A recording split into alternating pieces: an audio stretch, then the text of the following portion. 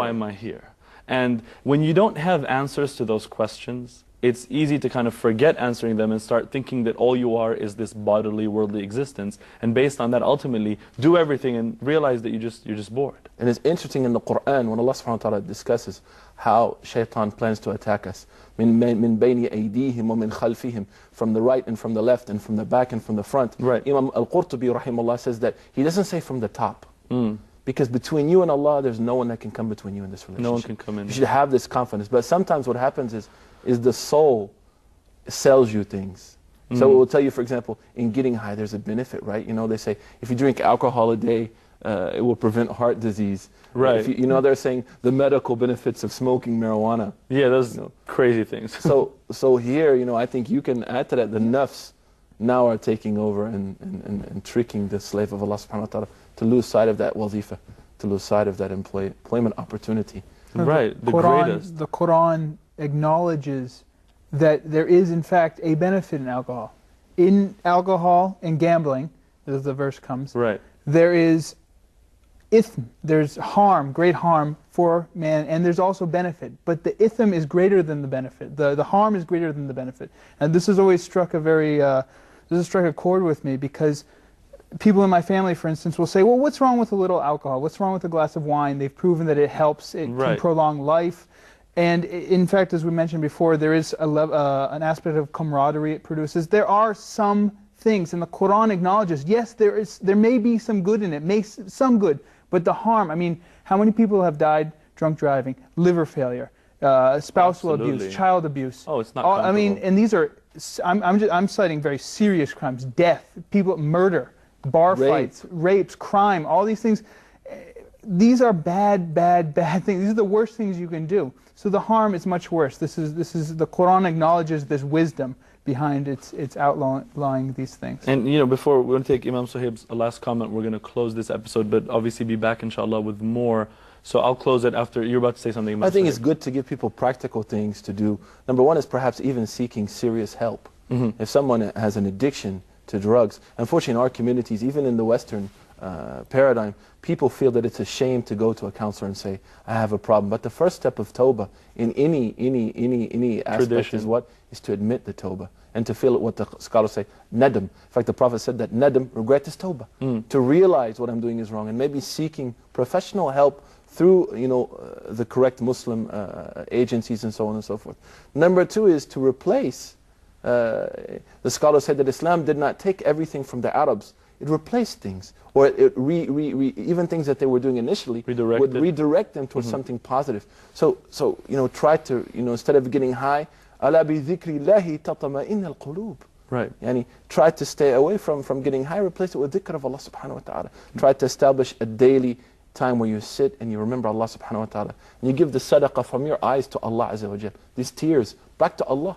So replacing getting high and drugs with other activities, and also being careful of the popular culture that one paints his or her life with. The canvas of life is painted by the music that we listen to, the movies that we watch, the websites that we visit, and the homies that we hang with in the streets.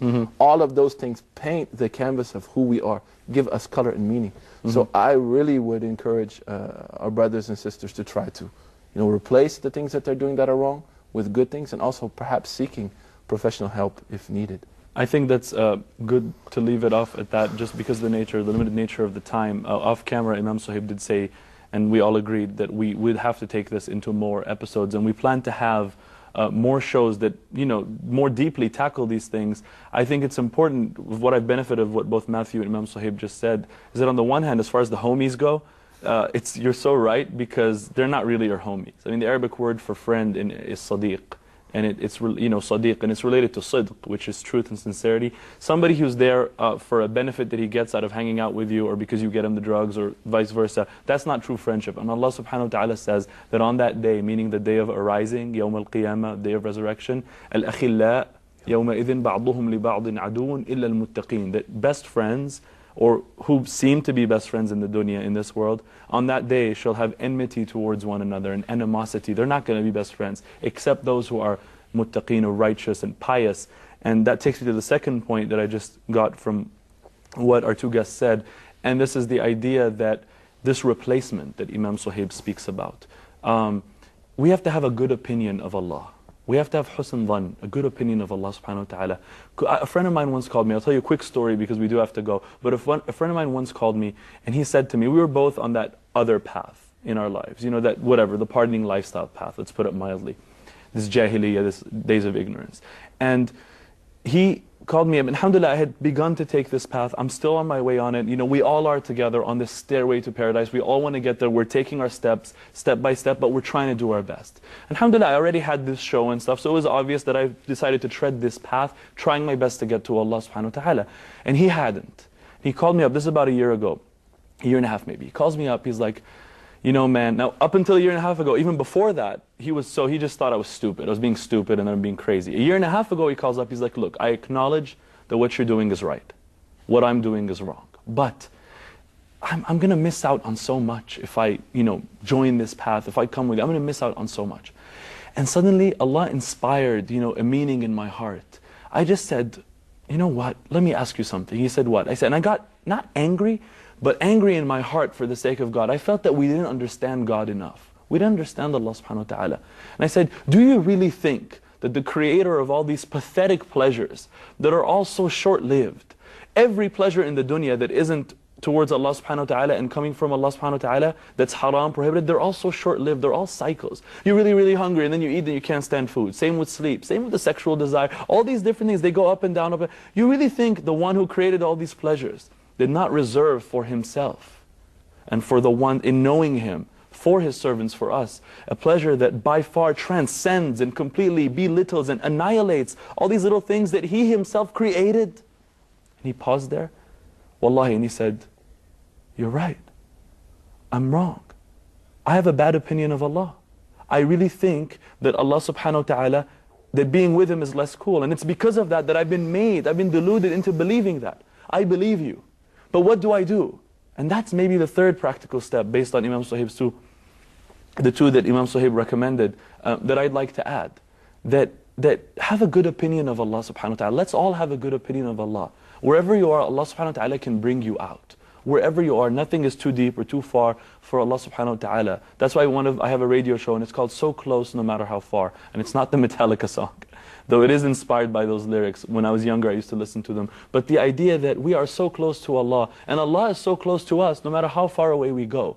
We have to have a good opinion of Allah subhanahu wa ta'ala, that what He's reserved for Himself, once we decide to go back to Him, is going to completely belittle all those pleasures, because something is going to come in the heart.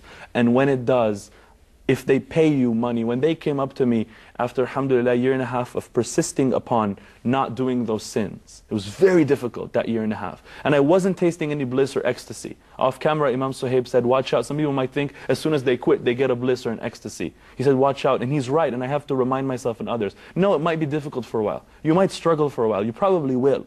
But as soon as you're sincere and it comes out of your heart, after a year and a half of abstinence, suddenly something went into my heart. And as soon as that happened, wallahi, after spending about a year and a half looking at that haram and just going by the places, those, whatever the bars, all these different things, not going in, but just looking at them, yearning. And if if anybody tried to talk me into it, I would go. But alhamdulillah, I was preserved because of my intention. After a year and a half, suddenly something happened, that replacement. Wallahi, I said to someone, if you pay me $1 billion, those were my words, $1 billion, I will not go back. I've tasted something in my heart and now it's with me, alhamdulillah. May Allah subhanahu wa ta'ala give it to all of us. And I hope that this has been of any use. Anything correct I've said is from Allah. Anything incorrect is from my own nafs. So forgive me for taking too long. We'll see you with another episode of Stairway to Paradise. Assalamu alaikum wa rahmatullahi wa barakatuh.